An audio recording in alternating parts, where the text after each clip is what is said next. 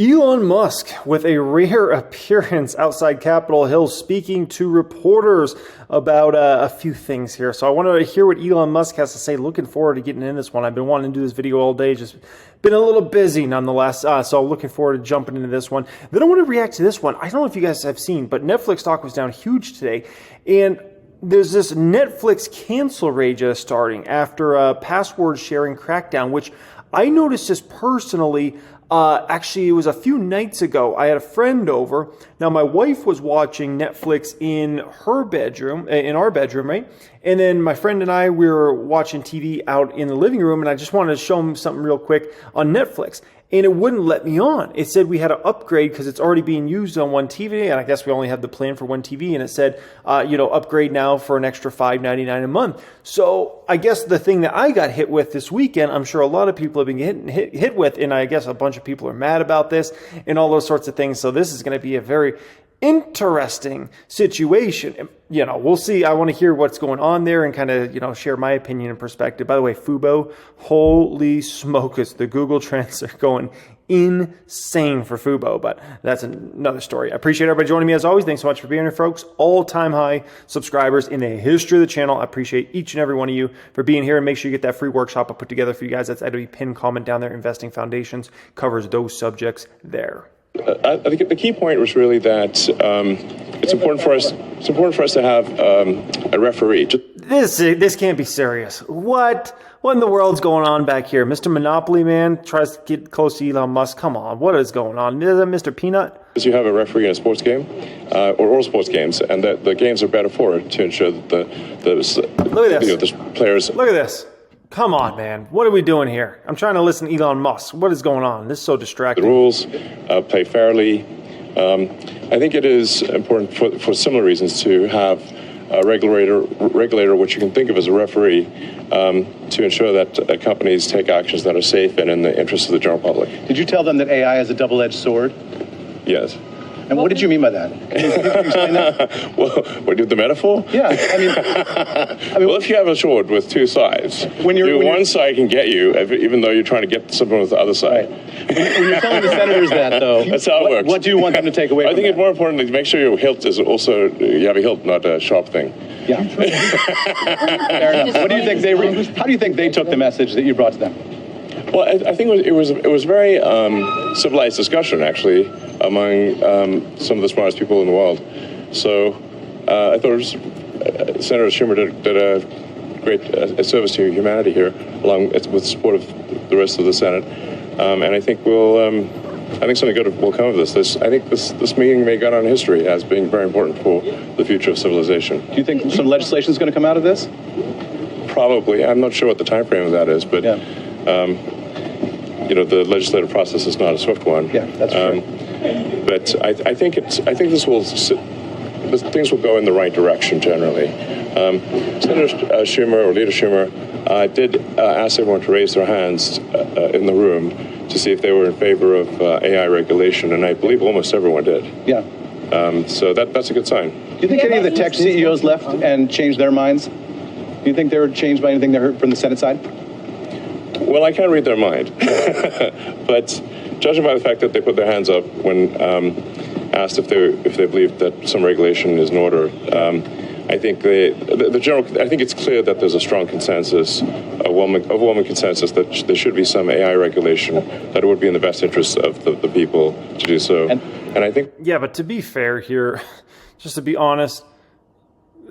Government has no clue about how to regulate it or what that means. So, you could be hopeful about regulation all you want, but I don't think they really have any conception or clue how to regulate this stuff or in what manner or, I think that's quite a while away. I'll see something happen. I don't know on what time frame or exactly how it will manifest itself. Yeah, that's the question. What were they going to do?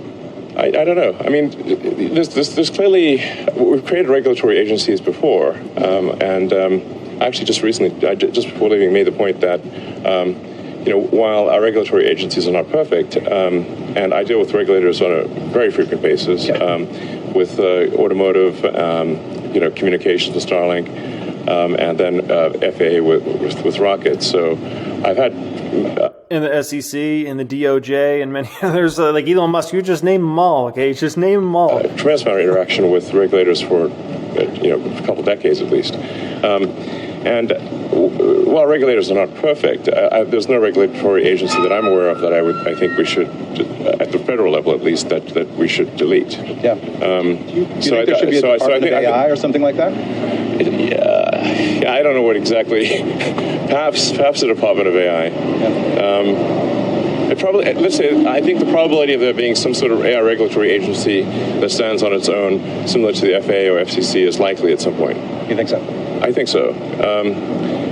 Now, okay, if the Terminator situation ever happens, let's be very clear, they're going to go straight after the whatever agency's in charge of AI. That's going to be the first ones the AI program takes down. The reason that I've been such an advocate for AI safety in advance of sort of anything terrible happening is that I think the consequences of AI going wrong are severe.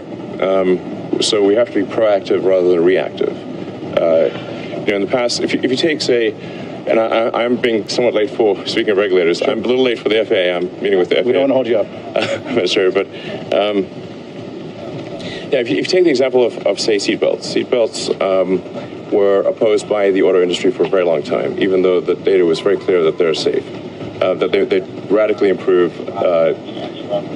deaths and injuries.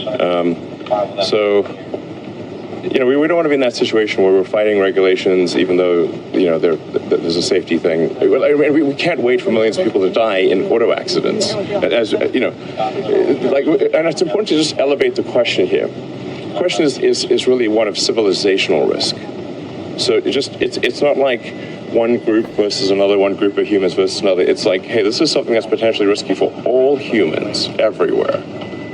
Very important to understand that. Is there an equivalent of seatbelts? Do you think that Congress is sufficiently ready to regulate AI? No, not yet. No, the sequence of events will not be jumping in at the deep end and making rules, but it starts with insight. In fact, this is actually how all of the regulatory bodies have been formed, I believe, is you start with a group formed to create insight, to understand the situation.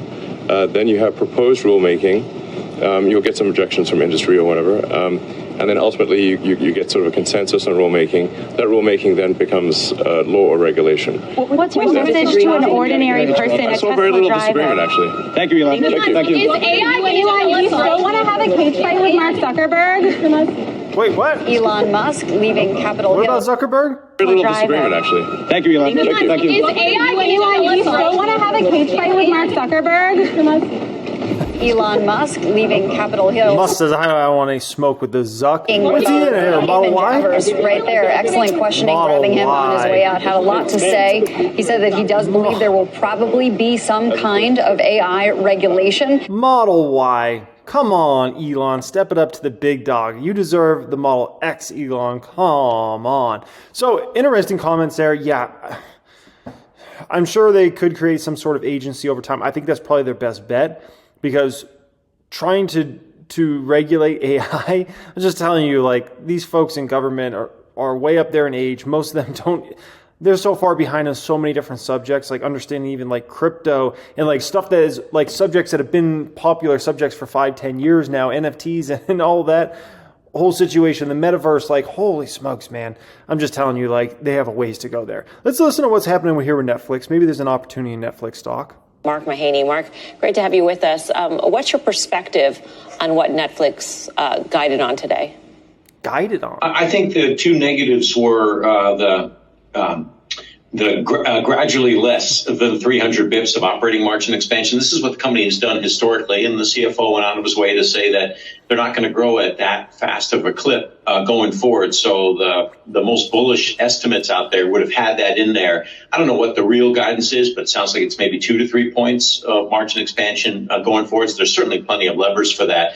And there's a little bit of debate over some of the commentary around pricing or ARPU, or what they call ARM, our average revenue per member, in the fourth quarter, and whether that was a little soft or not. I actually thought the language was extremely vague, so I didn't read a lot into that. I think if it's if they're going to say something specific, I pay attention to it. If it's vague, I don't. But the real key was the operating margin, cautious or slightly less bullish commentary. I felt like that was sort of glass half full, glass half empty perspective. I mean, the CFO was sort of making the point that sometimes you don't want to grow at that rate because you want to favor growth as opposed to maximizing margin. So you view it as a negative. Yeah, I mean, in terms of what it means is that there's probably less upside to $20 in earnings in 2025. That's how I think about it. The street's kind of at 1930. I think real bulls on the stock are higher than that, higher than 20, probably closer to 21. So maybe you trim down that 21, maybe that low 19s gets trimmed up or something like that. Let me also step back on Netflix. Near term, this writer's strike, it's a negative for Netflix. Now, it's less of a negative for Netflix than the other streamers or the studios, but it's a negative for Netflix for two reasons. It does create these kind of content holes, these content gaps, and it also... Yeah, so real quick here. Are people really going to cancel their Netflix for this? I don't know, man. I don't know. People love their dang Netflix. Are they going to go out of their way to cancel Netflix because their friend can't use it now or something like that, right? I don't know, man. People love their Netflix. Like, to then go cancel because your friend can't use your account or you're mad at them, I just have a feeling that if anybody actually cancels their Netflix due to that reason, I have a strong feeling they're going to probably sign up for it again weeks later or months later. Like, I just know people love their freaking Netflix. And so, and it's not like it's a huge expense. What is Netflix? $10, $15? Maybe $20 max a month? It's not like it's a huge fee like obviously many other services out there. But that's a problem. Netflix has always wanted to go after the huge user numbers, right? So, you could say that they're going to attract folks with money, but they're also going to attract a lot of folks that don't have very much money. And so maybe the $5 extra a month is something that breaks a bank and causes them to get really frustrated. I don't know. a great thing about somebody like a Fubo, right? And I think this will prove out over time, is they're so phenomenal at attracting people with money because the service is, $70, $80 a month starting, and then it goes up from there. They can implement the next price increase. And so I worry about that. But is Fubo ever going to have hundreds of millions of users? Absolutely not. But they don't never need hundreds of millions of users to be an absolute massive beast, right? Term is kind of having a little bit of an air pocket. But longer term, I really like these new initiatives, the paid sharing, which is now well known by the market. But what I think is still underappreciated is the rollout of this ad-supported offering. They just took their TAM and they expanded it. It's hard to say by how much. Maybe it's 10%, maybe it's 30%. But they took their core product, cut it by 30%. That means you're going to get a lot more incremental subs in international markets. And that's one of the big takeaways from our survey work. So I want to be long for that reason. I think that's a smart move by Netflix. I think they'll make more money from that. I think YouTube screwed up back when they started their, let's call it premium service, right? Because I'm telling you, there's a lot of us that are like power users of YouTube. And I guarantee you, YouTube makes less off us nowadays for us folks that pay for the tier where essentially we don't see any ads, like myself, right?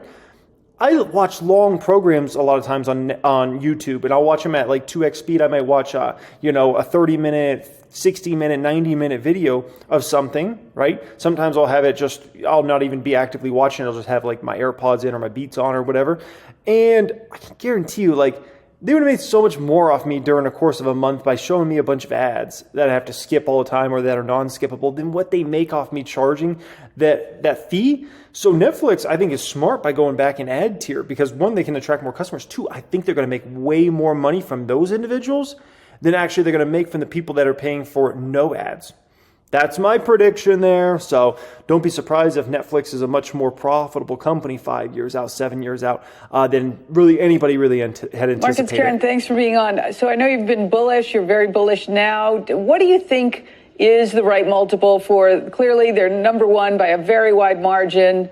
But at some point, things get too expensive. And I'm wondering, did it come down enough to jump in here? I know you have a much higher price target.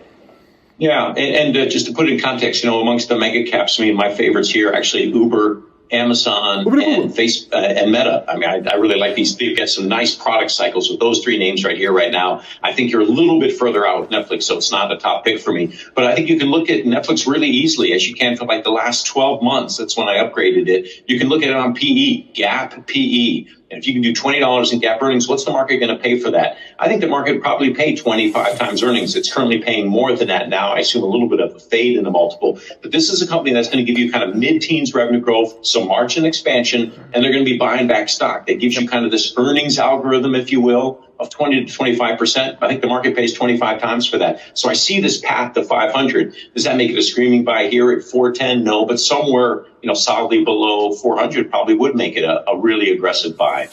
I agree with this gentleman 100% on that, right? Is Netflix stock a buy? The answer to that is, if you got a 3 to 5 year time frame, yeah, absolutely, it's a buy. The issue with Netflix is it's like a positive and negative. So the positive part is now Netflix in a position where you can easily kind of forecast future revenues and future profitability that you just weren't able to do back 5 years ago, 7 years ago, even 3 years ago for that matter, certainly 10 years ago, right? When it was a much higher growth company, it was really hard to figure out exactly what numbers we were talking about in regards to Netflix and the subscriber numbers and all those sorts of things and what was the realistic TAM.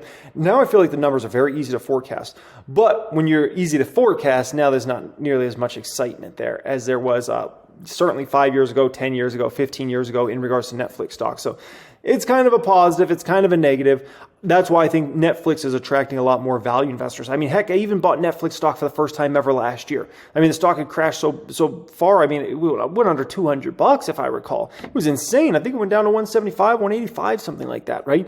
And so even value investors have looked at Netflix recently like, yeah, seems appetizing. So Netflix has kind of gone through an awkward phase of phasing out a lot of the growth investors because Netflix just isn't that major growth engine anymore and funneling in value investors. Some of the data points that you look at, Mark, to gauge whether or not there will be more trade down or even cancellations for Netflix is, there's mounting concerns about the consumer. We've heard it from a lot of retailers about the trade down effect. I don't know, maybe Netflix is like toilet paper. You just can't live without it. But it does seem like, you're paying for it and you might scrutinize what you're paying for in the future. Boy, there's a lot of things I could hit that a lot of different ways. I'll just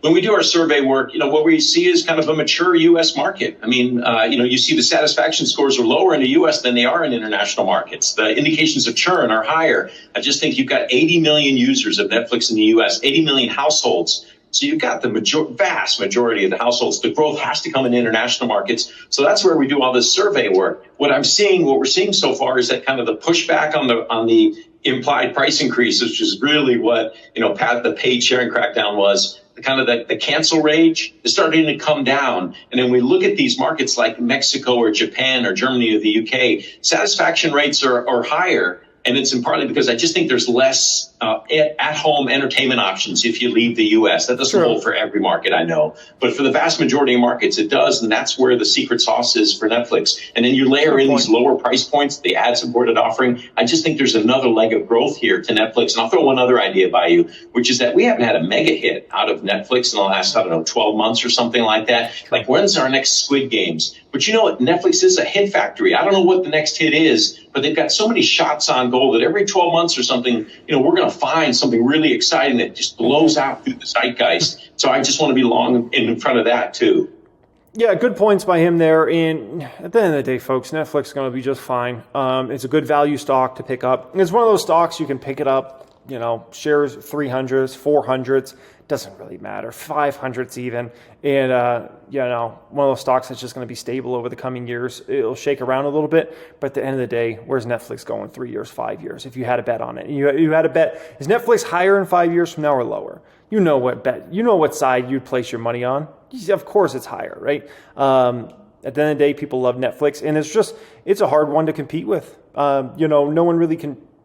There's no serious competitive threat. There's a lot of different options for entertainment, but nothing like for that sort of long form video content is really a competitive threat, right?